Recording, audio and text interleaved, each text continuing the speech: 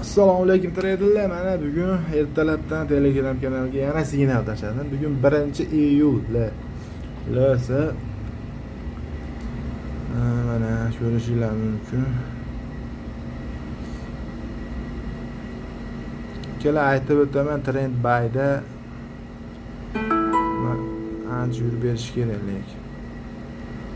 Juda katta yurib berish kerak. Sell, atkat, buy, atkatidan buy. Hozir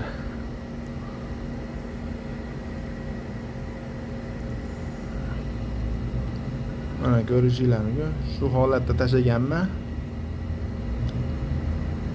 Biroz o'tkazib yuborganman, lekin dalish ketdi. Nimaga rahmat. Telegram kanalimni kuzatib boringlar.